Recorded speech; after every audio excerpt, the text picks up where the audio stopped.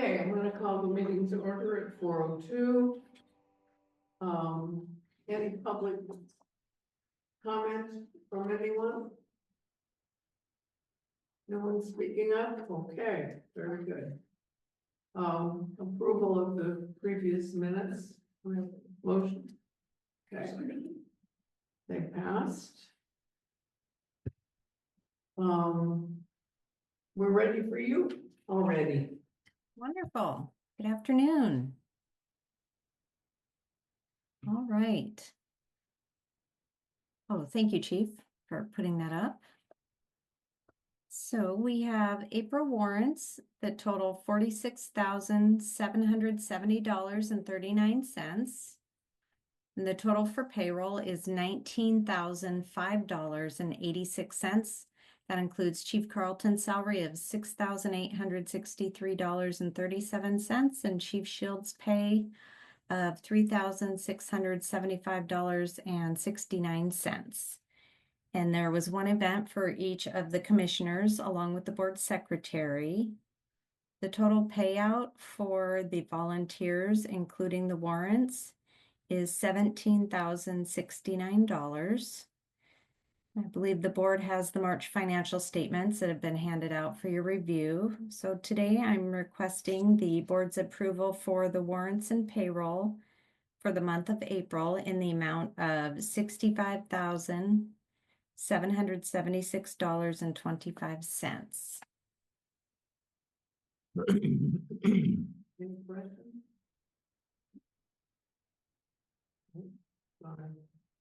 Make some motions, please. One of you. To accept.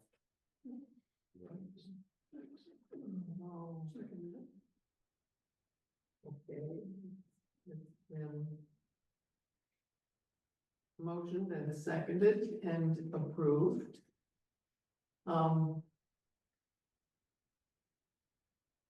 Okay. And what's next, Patty? Anything? Yes, I just have a real quick budget update. As of March 31st, 2025, we have 75.34% left in the budget. And that is compared to 77.32% the same time last year in 2024. We could stay just a little bit above last year. Yeah, we're a little below right now. We're below a little bit, but that fluctuates throughout the year. So. Okay, so is there any correspondence, Chief? No, I believe I received a thank you letter from the Matthews for assisting them in some of their medical from the accident that Georgina was in October as a result of our ambulance. So that's the only correspondence I can remember at this point. So. Are you ready for your report? Patty's going to do, oh, you already did the Patty? Yeah.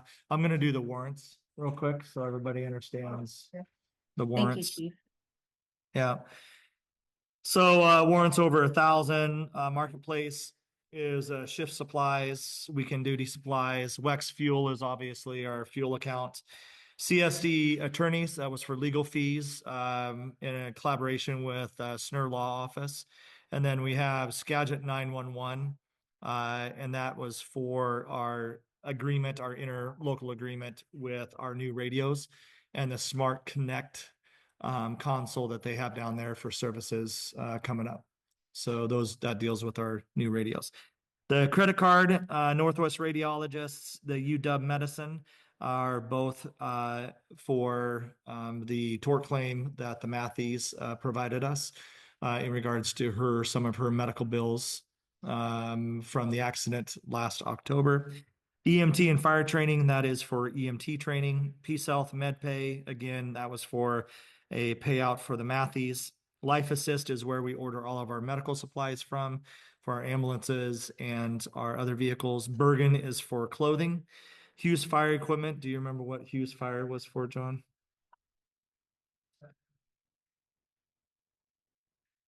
Oh yeah, that would have been for the new shelves for the new ambulance. So actually, Patty, that's a capital expense.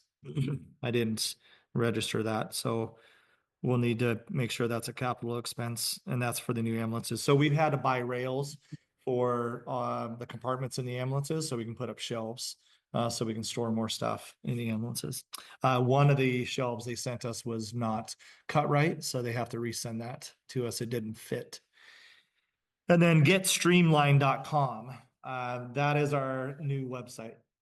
And our new website went live 2 days ago.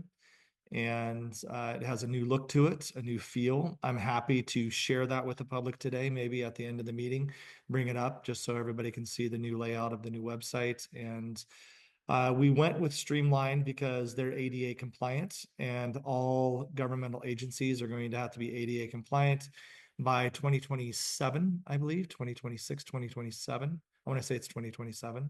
So Parks Districts is going to have to go that way. Any taxing district will have to be more ADA friendly and usable, and information being on their websites. So that came down as a federal mandate. So that's coming down from Washington, D.C. But we're ahead of the ballgame. So we're there. And that, if any questions, anybody have any questions regarding any of the warrants items over 1,000? Okay, so that's that.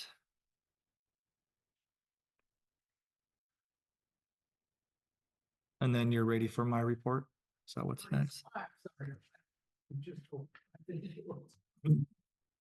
So this is my chief's report for the month of April for March of 2025. So point of information, obviously we have a new ambulance in service now. It was just outside. I think you guys just brought it in so the public couldn't look at it. So we might want to pull it back out so the public that's here can look at the new ambulance if you would like to after the meeting. That is a result because of our red ambulance being involved in a collision in Canada last year. We were struck and it totaled our red ambulance. So partial, that was $164,500 of that out of $270,000 cost was from our insurance. And that was the replacement value that we had agreed upon. So we spent an additional 110,000 plus all the other equipment that's had to be purchased for that ambulance too. So we probably have close to $300,000 into that ambulance, probably 290, 285, somewhere in there. The ME office, so the medical examiner's office, we had a meeting on the 31st of last month. And there was a number of people in that meeting, and it was regarding the body transfers from people who pass here on Point Roberts. And before the pandemic, it wasn't as difficult. We were able to work out with the funeral homes being able to come up, having the understanding of the borders, and basically being able to get a body down in a reasonable amount of time when the ME did not take jurisdiction. So I think the public, I want to take a minute and explain what jurisdiction means. So the ME says they service Point Roberts, which is correct. The ME does service Point Roberts, but in the concept that the ME takes jurisdiction about serving Point Roberts. So what happens in someone's death is obviously 911 emergency services is notified. We will come, and law enforcement comes as well when it's not a planned death. So what do I mean about a planned death? That would be a hospice patient here. So someone underneath hospice care has all the paperwork necessary for a funeral home to come up here and obtain the body and take it down back to the county at no issues whatsoever, because they have a death certificate filled out already. They have the transport documents filled out already to transit Canada. The declaration of non-communicable natural death, all of those things have been already laid out because they have their own physicians. So hospice is not a problem when somebody passes up here if they're under hospice.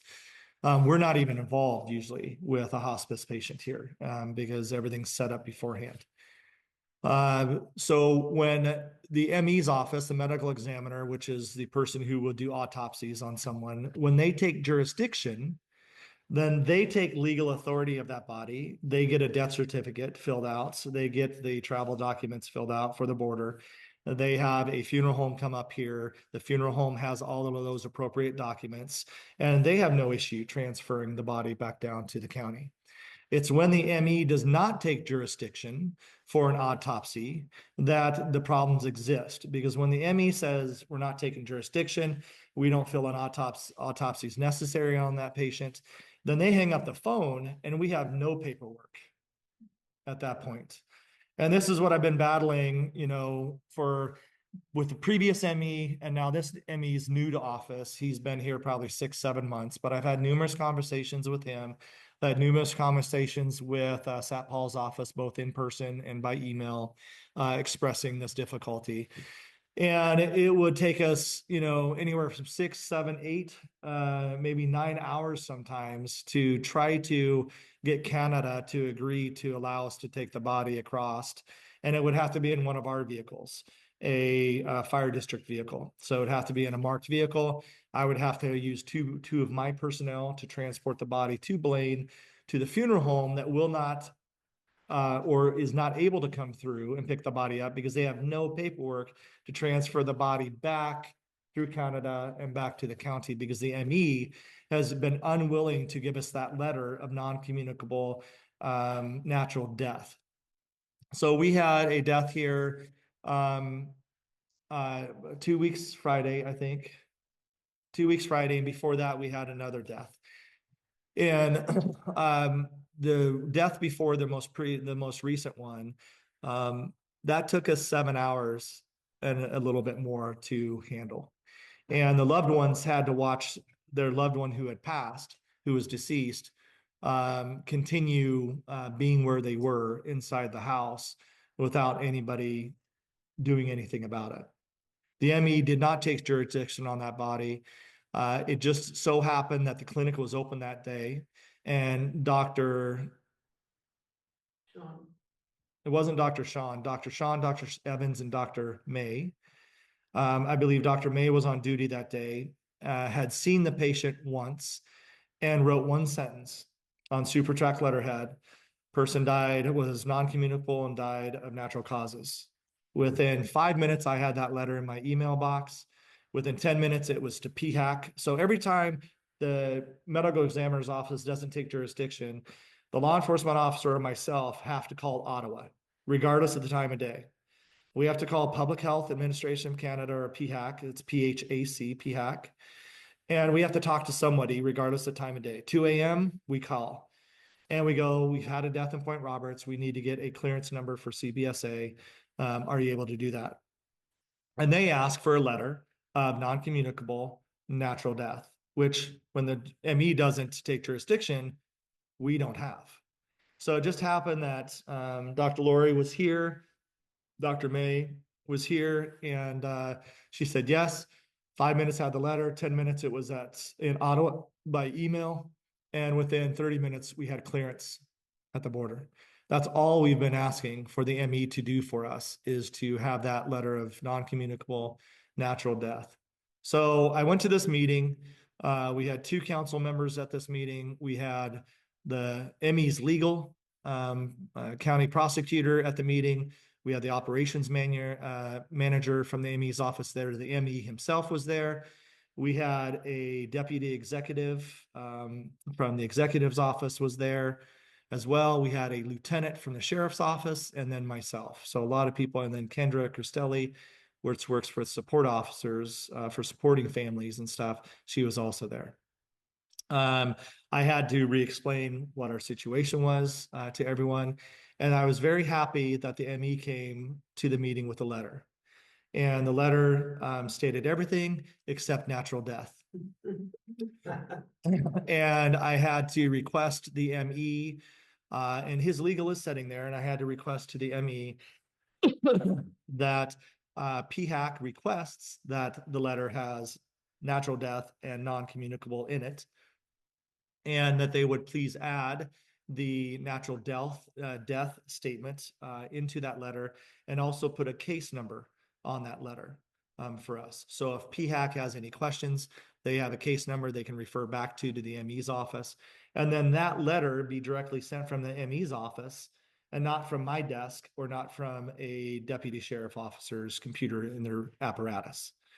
So they took those, the request of the case number and adding in the wording natural death.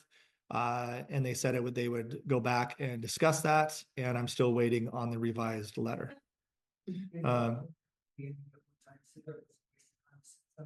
Yeah, so he stated that it's a lot of cost to send somebody up there to retrieve bodies. And that was on the news. That was on Como 4 with Chris Daniels with my interview with him. And I just wish people would help us when we ask for the help and have common sense in the approach that we have to have paperwork to allow the funeral homes to come up here to even acquire the body to take back to a proper funeral home in the county. But any other situation, if the ME takes it, right? If the ME takes jurisdiction, they do the paperwork, they have it, no problems. If it's a hospice patient, no problems because they have the death certificate, they have the proper paperwork, and a funeral can come here. But when the funeral home's not working with the ME's office or hospice, we don't have the ability to have an MD give us that paperwork. And that's where the problem has existed. And I want the public just to fully understand. When the ME says they service Point Roberts, well, of course, he's the ME of Whatcom County.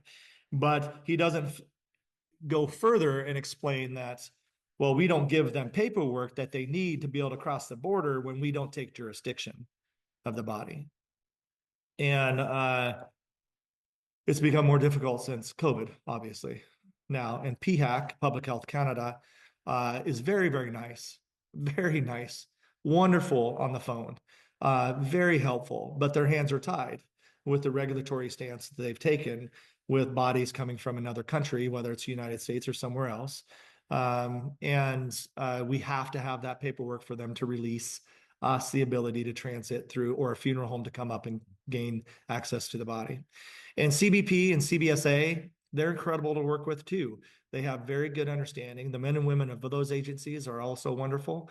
And they have the understanding, but also they have to follow what their regulatory stances are as well.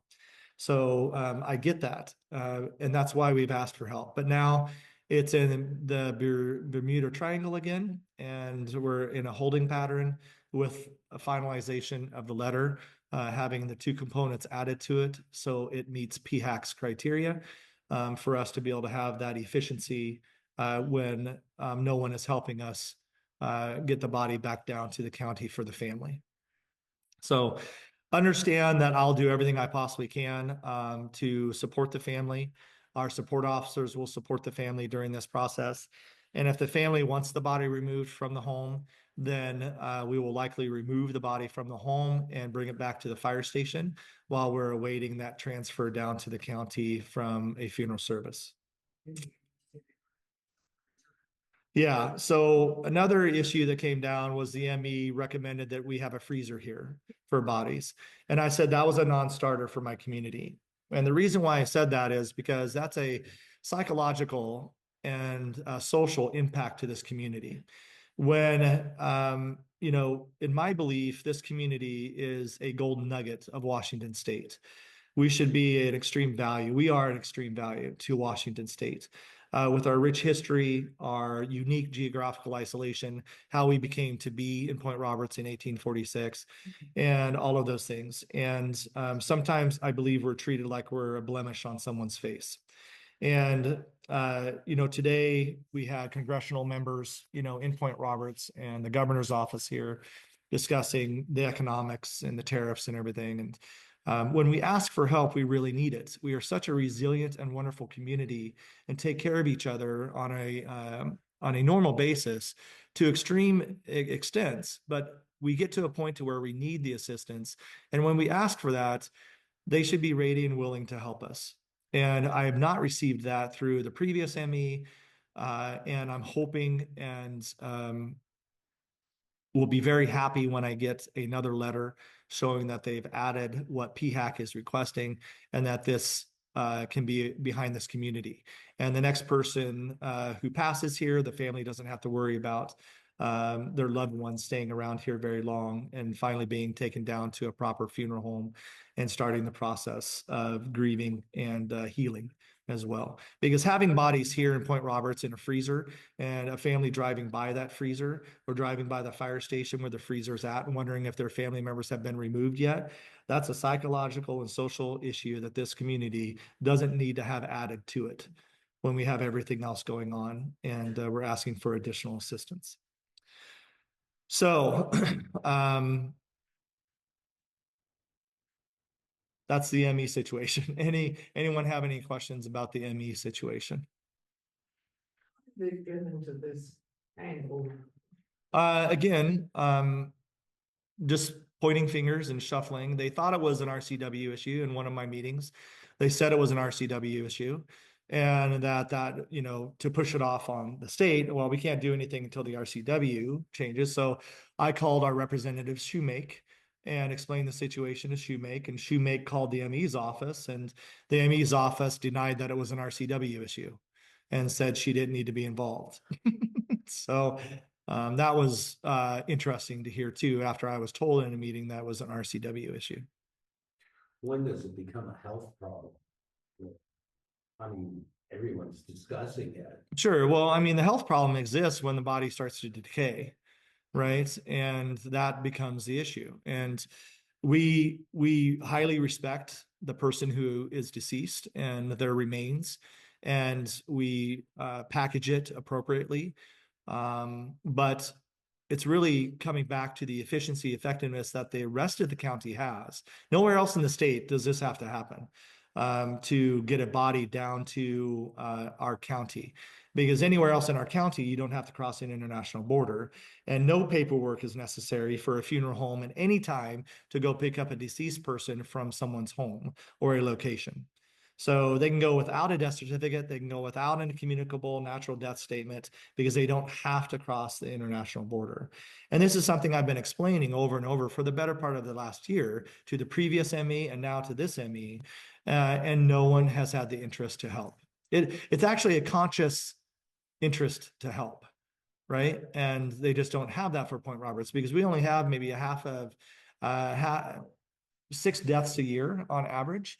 And so it's not a big issue, right? And we've always figured it out. You know, before the pandemic, we always figured it out, and we were able to get the body transferred however way down to the county. But now, since the pandemic and since these new PHAC rules have been put in place, they're pretty strict. And it's imperative that we have the support that we pay for, because we help pay the ME salary as well from up here, that we have the support from the office, just like anywhere else in the county, and that they have the understanding that a special exemption exists for Point Roberts that needs special attention by the ME's office, as in paperwork, in order for that body to be transferred through a foreign country. Can we design some method, such as going by boat? That's been brought up. 6 months out of the year, we can't do that because of the seas. Right? And then somebody said, well, why don't we fly them off of Point Roberts? And 6 months out of the year, the weather doesn't allow us to fly off of Point Roberts. So neither one of those are the foundational agreement that we have to have, and understanding that ground is our number one access to our county, and that's through a foreign country. Air and boat do not solve the problem. They actually cause more problems, because who's going to pay for that? Yeah. I'm fairly new to Point Roberts, not been living here as long as most of you have. And I know there's a cemetery here. What happens when an individual is going to be buried in that cemetery?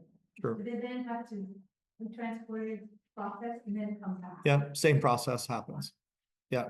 So they go down to the county to a funeral home, right? And they're processed there. And then they're transferred back to Point Roberts to be buried in the cemetery. Thank you.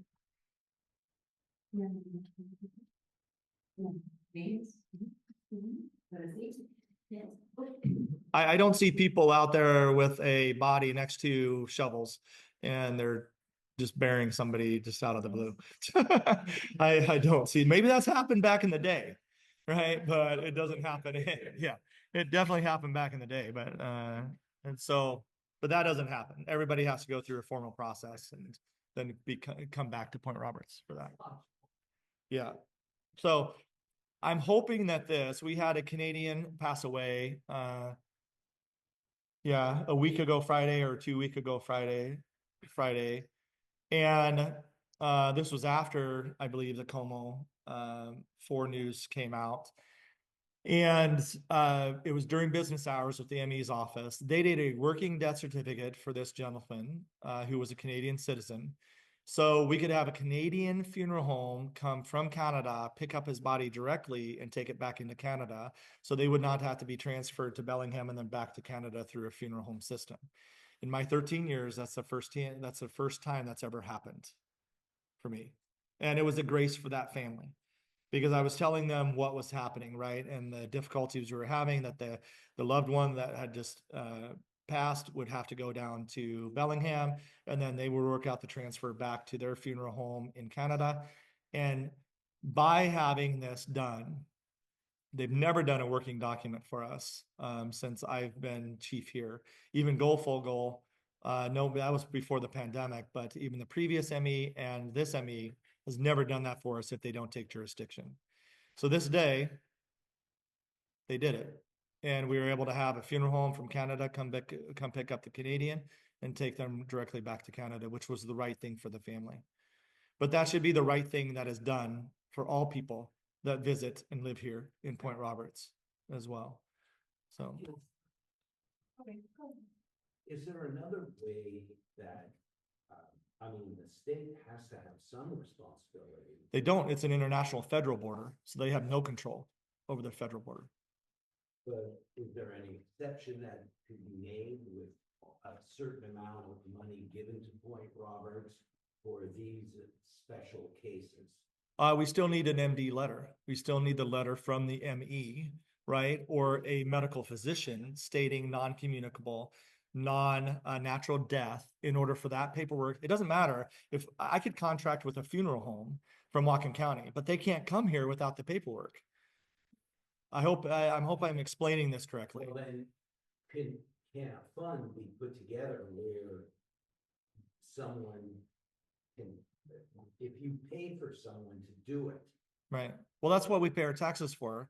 And that's what the ME is being paid through. So an extra fund doesn't need to be set up. We already pay the ME through taxes.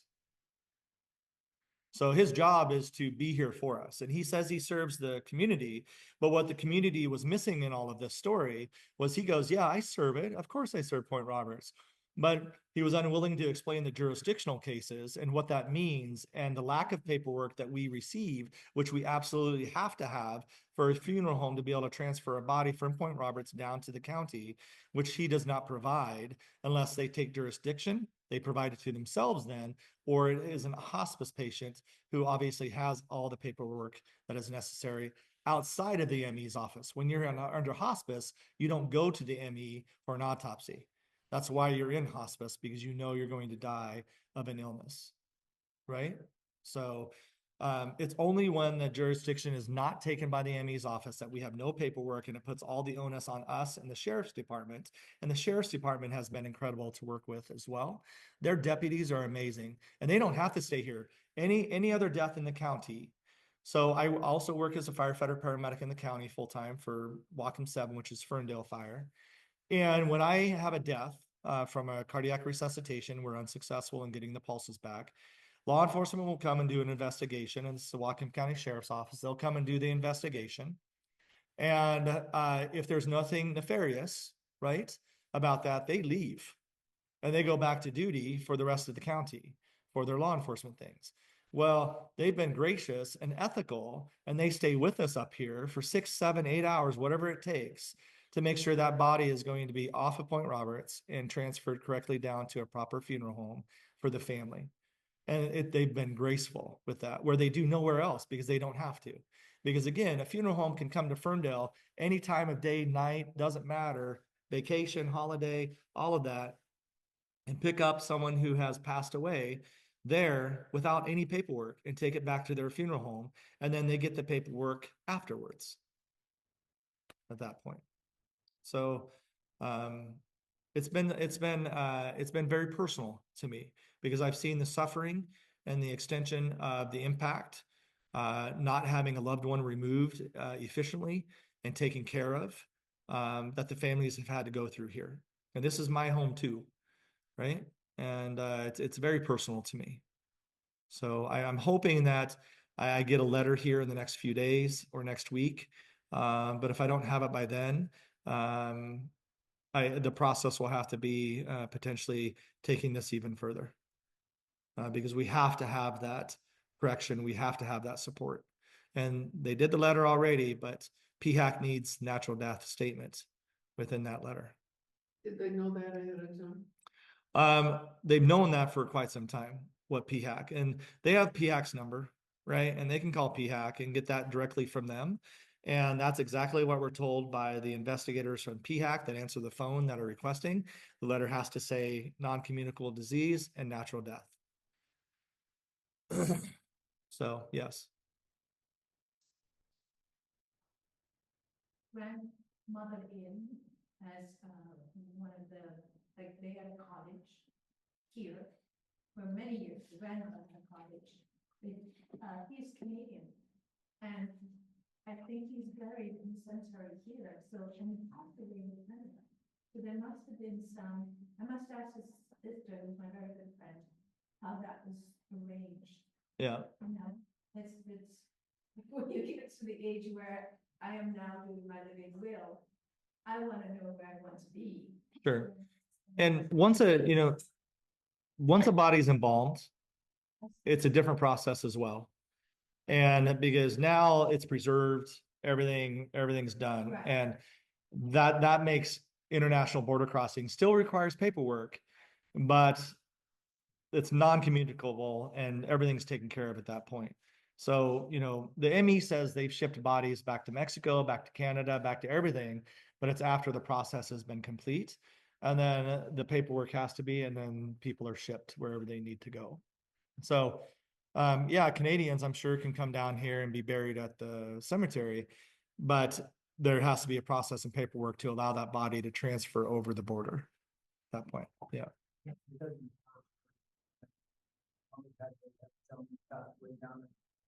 Yeah, we had, yeah.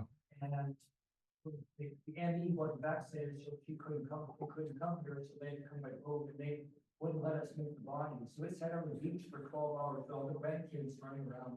Because the ME wanted to go and take pictures. Yeah, that was in Maple Beach, and you were part of that body too, and a lot of our members. And it's a toll on our members too. Trying to help the family understand the process that's in place and being able to support the family while their loved one still lies where their last moments were. So it's a struggle, but I'm hoping that struggle is coming to an end, that the ME will finish this letter and it'll be done, and therefore we'll have efficiency from this point forwards for our loved ones who pass here. Okay, we have 5 new recruits in training right now. So we have an intake. They've gone through a written, they're going through our academy right now. And hopefully they'll be on the floor at some point. Maybe not all 5 of them, depending on how many openings we have, but sometime in May.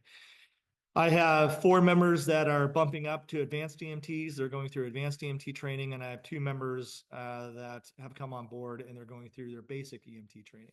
So right now, hopefully by the end of July, I'll have 4 new advanced EMTs and 2 new EMTs as part of the district. I'm still having airbag electrical issues. Airbag electrical issues in my vehicle. All my other issues have been taken care of. So my engine light's not coming on anymore. My anti-lock brakes are not coming on. My traction system is not turning on and off. And my doors aren't locking themselves and unlocking themselves. So right now, although my airbag indicator, service airbag indicator keeps coming on and showing up, and they're trying to track that down. So they've replaced one sensor for one of the airbags, but there's like 16 airbags in that vehicle. So your cars are loaded with airbags now, just to let you know. Yeah. So I'm still dealing with an air, but the vehicle's driving fine. So I'm still doing okay there. I'll have to get new brakes here coming up, but otherwise, just keeping you up to date what's going on with the Chiefs vehicle. We currently have 46 members, 34 dual Canadian, 12 Point Roberts. Nobody's coming up from the county at this point. 1 paramedic, which is myself, 9 EMTs, 4 advanced EMTs, 1 RN, 1 ambassador, and 36 firefighters of that 46. Volunteer hours for the month of March were 2,969. Volunteer payroll, if everybody was getting paid, was 17,051. Chief hours, I worked 169.5, Assistant Chief Shields 116 for a total of 285.5 hours. I had a couple days in Nashville. I went to a conference. It was the Mental Health and Suicide Firefighter Conference in Nashville, Tennessee. 80% of our firefighters that are dying outside of the station are committing suicide at this point, from 80%. Yeah. And it was a bad statistic to hear that so many firefighters are killing themselves at home after they get home and they're not reaching out for help. And so this conference was built off how do we support ourselves, how do we support each other, and what avenues do I have to help our members, even though they're volunteers, what avenues do we have available to us to help our volunteers that may be struggling with a call that they ran here.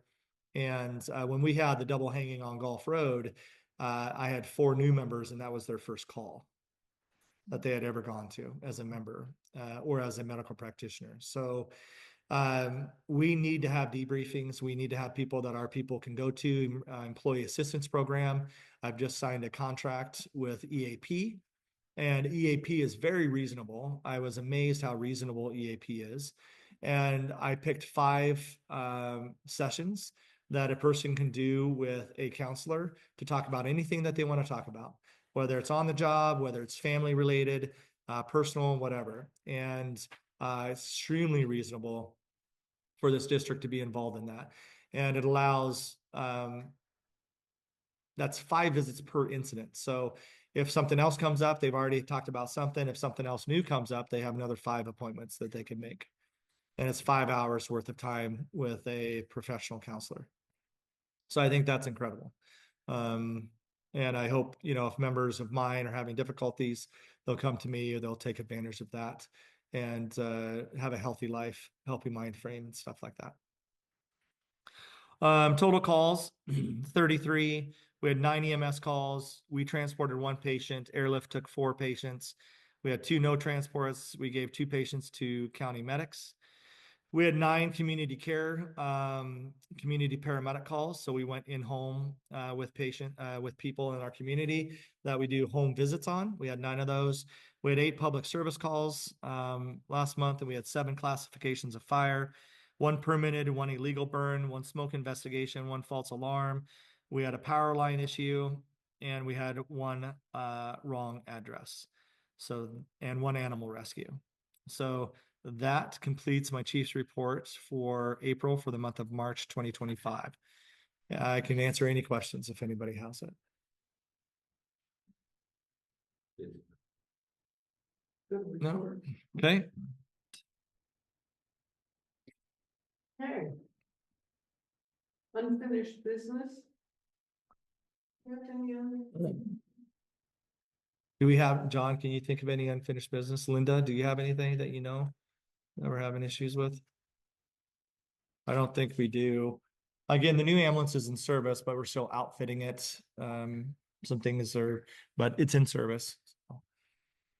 I can't remember. Patty, can you remember any unfinished business? Chief, I just have one question for you. Regarding the day wireless invoice, we had that for the radios, but there was a discrepancy on the installation hours and days. I still have that, and I don't have a follow-up on that. The original invoice was dated February 27th, and I know we hadn't spoken since then, and I didn't know if they had gotten back to you. They have not.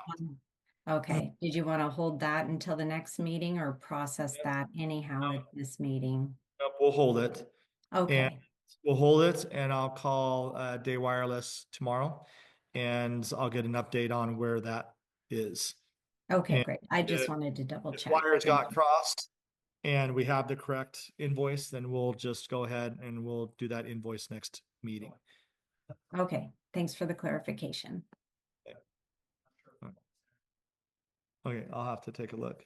But we'll process that and I'll let them know that it'll be next meeting, and they understand that.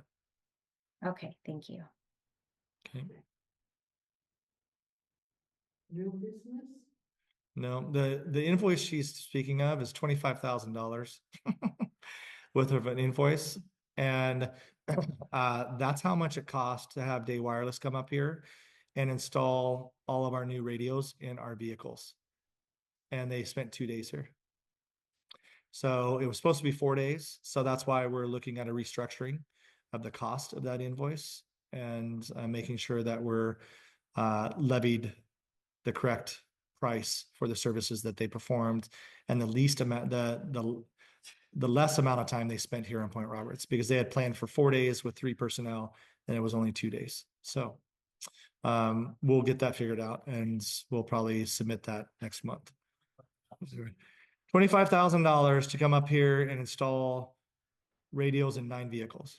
Get paid like politicians and So, lawyers. 12,000 was in supplies and stuff. Yeah. 12,500 of that was in employee time Oh, and rate. there's, like I said, they're billing like lawyers. So, that's what- but they did a great job, and it's our world, right? And they charged us for transferring up here and stuff, and it's our world for sure. Okay. Levy on that, no. We're graced, the community graced us with the levy, and we, even though it's a lot of money, we have the money to cover it. Any other comments, questions? Going. All right. I would entertain a motion to adjourn. Make a motion to adjourn. Second. No. We will adjourn at 4:44.